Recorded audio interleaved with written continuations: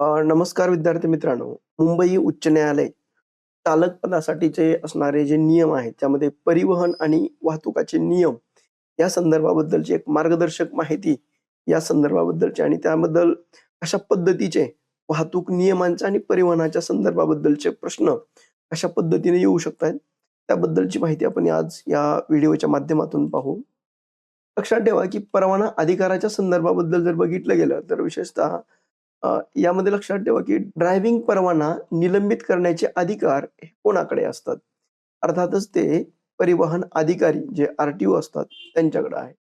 लक्षात ठेवा, की ड्रायव्हिंग लायसन्स निलंबित करण्याचे अधिकार परिवहन अधिकारी अर्थातच ते म्हणजे आर-टी-ओ यांच्याकडे असतात. जेव्हा एखादी व्यक्ती वाहतूक नियमांचं वारंवार उल्लंघन करते, त्यावेळी ही कारवाई केली जाते. नंबर 2 पोलिसांना माहिती देण्याच्या संदर्भाबद्दल. अपघातानंतर पोलिसांना माहिती देणं कोणत्या कलमाअंतर्गत बंधनकारक आहे? अर्थातच 134 च्या अंतर्गत आहे. म्हणजे मोटार वाहन अधिनियम कलम 134 नुसार अपघात झाल्यास पोलिसांना माहिती देणं हे बंधनकारक असतं.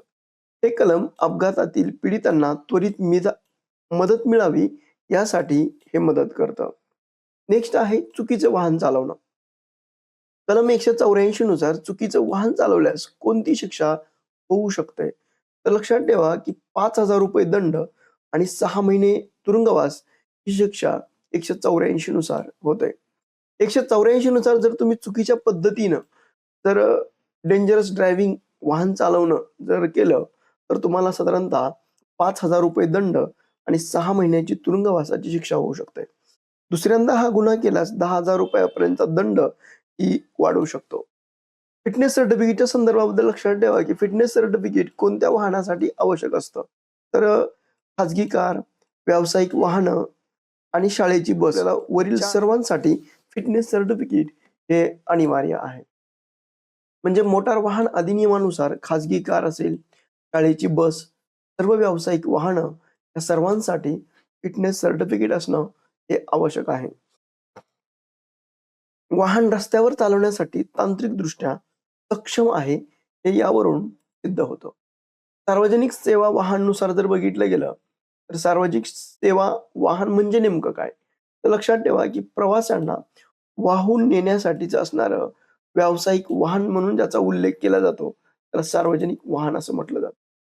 म्हणजे लक्षात ठेवा, की हे प्रवाशासाठीचं ने-आण करणाऱ्या व्यावसायिक वाहनांना सार्वजनिक सेवा वाहन, पब्लिक सर्व्हिस व्हेइकल असं म्हटलं जातं. उदाहरणार्थ ज्यामध्ये बस, टॅक्सी, रिक्षा यांचा समावेश होतो, जे या भाड्यानेही चालवल्या जातात. आता लक्षात ठेवा, की पी म्हणजे काय? तर पी-यू-सी हे प्रमाणपत्र म्हणजे नेमकं काय? तर लक्षात ठेवा, की प्रदूषण नियंत्रित प्रमाणपत्र म्हणून आपल्याला याचा उल्लेख करता येईल. म्हणजे प्रदूषण नियंत्रित प्रमाणपत्र ज्याला पोल्युशन अंडर कंट्रोल सर्टिफिकेट असं म्हटलं जातं. ते मोटार वाहन अधिनियम 1988 नुसार गाड्यांची पी काढणं हे बंधनकारक आहे, जेणेकरून हवेतील प्रदूषण हे कमी राहील. नेक्स्ट आहे हेल्मेटचा नियम. कलम 129 नुसार दुचाकी वाहन चालवताना काय बंधनकारक आहे? तर अर्थातच ते हेल्मेट वापरणं हे बंधनकारक आहे. म्हणजे कलम 129 नुसार दुचाकी चालवताना हेल्मेट वापरणं कंपल्सरी केलंय किंवा बंधनकारक केलंय. हेल्मेट वापरणं केवळ दंड वाचवण्यासाठी नाही, तर आपला जीव वाचवण्यासाठी देखील महत्त्वाचं हे हेल्मेट आहे. अपघातग्रस्त वाहनाच्या संदर्भाबद्दल पाहू. अपघातग्रस्त वाहन चालवणं म्हणजे नेमका कोणता गुन्हा होतो? तर कलम 190 नुसार हा गुन्हा होतो. त्यामध्ये तुम्ही अपघातग्रस्त किंवा असुरक्षित वाहन चालवताना जर सापडले, तर कलम 190 नुसार तुमच्यावर गुन्हा नोंदवला जाऊ शकतो आणि अशी वाहनं स्वतःसाठी आणि इतरांसाठी देखील धोकादायक ठरू शकतात. वाहन नोंदणी प्रमाणपत्र हरवल्यास, आर-सी तुमची हरवल्यास काय करायचंय? तर सर्वात महत्त्वाचं लक्षात ठेवा, की पहिलं एफ-आय-आर दाखल करायची आणि डुप्लिकेटसाठी अर्ज करायचा आहे. यामध्ये लक्षात ठेवा, की आर-सी हरवल्यावर सर्वात आधी पोलिसांमध्ये एफ-आय-आर नोंद करावी लागते. त्यानंतर आर-टी-ओकडं डुप्लिकेटसाठी अर्ज करावा लागतो. हे आपल्या वाहनांच्या कायदेशीर नोंद सुरक्षित ठेवण्यासाठी हे आवश्यक आहे. वेग मर्यादेच्या संदर्भाबद्दल लक्षात ठेवा, की वाहनांची जास्तीत जास्त वेग मर्यादा कोण ठरवतं? अर्थातच ते राज्य शासन ठरवतं. वाहनांची जास्तीत जास्त वेग मर्यादा निश्चित करण्याचा अधिकार हा कोणाला आहे? तर तो राज्य शासनाकडे आहे. रस्त्याची स्थिती आणि सुरक्षितता लक्षात घेऊन स्थानिक पातळीवर हे निर्णय हे राज्य शासन घेतं. नियम पाळा, सुरक्षित राहा आणि सुरक्षित ठेवा. धन्यवाद.